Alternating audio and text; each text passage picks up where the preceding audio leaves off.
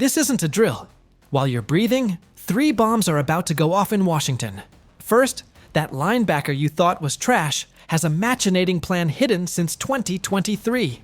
And if he stands firm, the defense that humiliated us in rushing yards will become a tank. Second, the star cornerback who cost an arm and a leg isn't even showing up to practice. Another diva spitting at the fans. Let me tell you how this could cost us $18 million.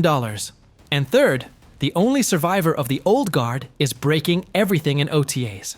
Until Quinn had to stop him. If he doesn't perform, goodbye playoffs. Want to know why the fate of the franchise depends on these 3 men? This isn't theory. It's bunker information only you'll get here.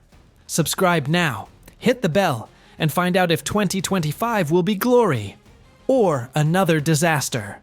And comment what you think will happen before it's too late. We start with something few are seeing, but which I tell you could be Dan Quinn's masterstroke. Jordan Magee, that second-year linebacker, who many had already written off after his knee injury last season. But here's the thing, nobody's considering. Joe Witt Jr., the defensive coordinator, just revealed they had a special package designed specifically for Magee last year. A package we never got to see because the injury took him out of the game just when things were heating up. Now I ask, you something? When a defensive coordinator develops a special package for a rookie, that's no coincidence. That means they saw something in him that the rest of us couldn't appreciate. Witt Jr. was clear when he said they really had a package for Jordan last year, and when he got injured, that package disappeared against 12 personnel formations. Now they're hoping he stays healthy because they want to implement 3 linebacker defenses to be bigger against those formations and not play as much in nickel. I think this is bigger than it seems. The Commanders allowed 658 rushing yards defending in nickel, leading the league in something you don't want to lead. That's 157 yards more than the Bills, who were in second place. With his 6 feet 3 inches and 226 pounds, Magee offers the size you need, but with the speed and athleticism most linebackers don't have. He's exactly the kind of safety linebacker hybrid that Quinn has used throughout his career. Now I tell you this, if Magee stays healthy and this package works as planned, we might be looking at the missing piece to fix that run defense that cost us dearly in the NFC Championship game. Now let's talk about the elephant in the room. Marshawn Lattimore, that star acquisition that cost a major trade, simply didn't show up to OTAs for the 2nd consecutive week. Fans are panicking, and I understand the concern. After a season where a hamstring injury limited his contribution, and his performance was far below expectations, you expected the guy to be eager to return and prove what he's made of. But here comes John Keim from ESPN trying to calm the waters. He says he doesn't think there's a reason to worry yet about Lattimore not being there, and that there's too much fuss over this situation. Keim explained that this isn't about a contract. This is what Lattimore did in his last years in New Orleans, so it's a continuation of what he was already doing. Now I ask you something. If you're a player coming off a disappointing season, with the fans questioning you, with everything to prove, it's not exactly the best time to stick with your old habits, right? I believe Lattimore is an experienced professional who knows how to prepare. He's heard all the criticism about his production last season, although there were mitigating circumstances. Surely he's eager to silence his critics. But the reality is this. The Saints didn't believe Lattimore had much to offer and got rid of him. Adam Peters had a different opinion, and those in power are giving him a pass for last season's efforts.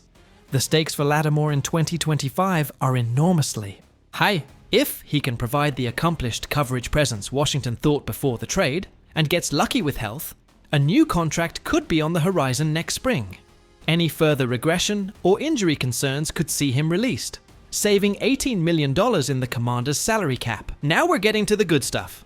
Darren Payne is making such an impact in OTAs that he literally got Joe Witt Jr. in trouble with Dan Quinn.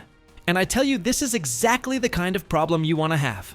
Witt Jr. told the whole story. He said the guy who really looks good, who looks intentional, is Darren Payne.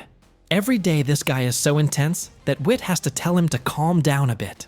But here's the part I love. Witt challenged the defensive line, and Payne was so aggressive that Quinn had to intervene. Witt had to admit to Quinn that it was his fault because he told him to do it, and Payne did exactly what was asked of him. Now I think this tells us everything about Payne's mentality. He's been pleasing, from the drills to everything else they've asked him to do.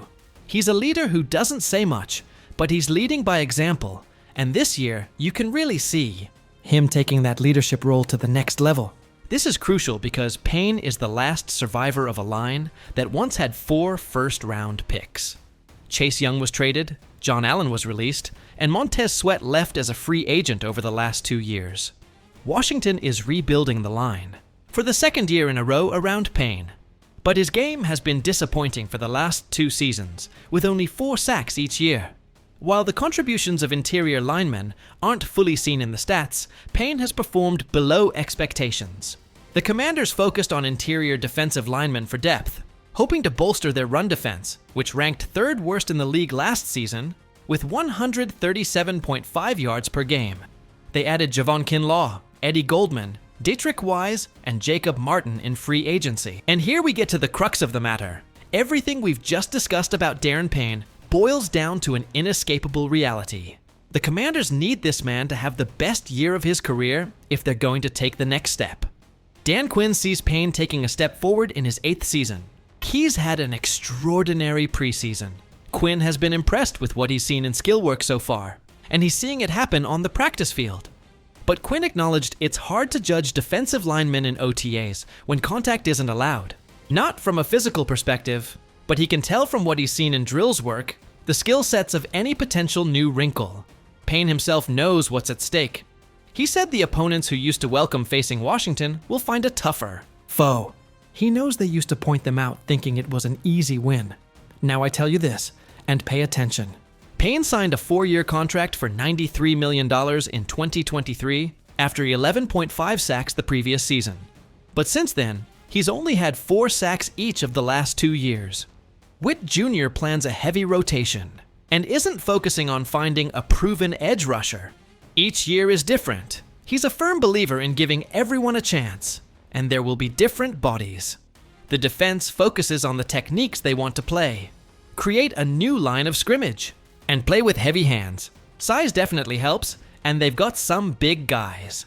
But the million-dollar question is this. After losing the NFC Championship game primarily because they couldn't stop Saquon Barkley's run, after ranking 3rd worst in run defense in the whole league, can they really trust Daron Payne to be the solution? I think they can, but he has to prove he can be the leader this team needs.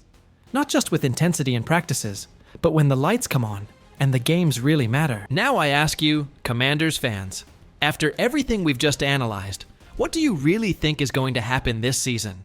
Are you going to trust Jordan Magee stays healthy and that special package works? Are you going to give Marshon Lattimore a pass for missing OTAs, hoping he'll show when it matters? And more importantly, are you going to bet everything that Daron Payne finally has the season that justifies those $93 million?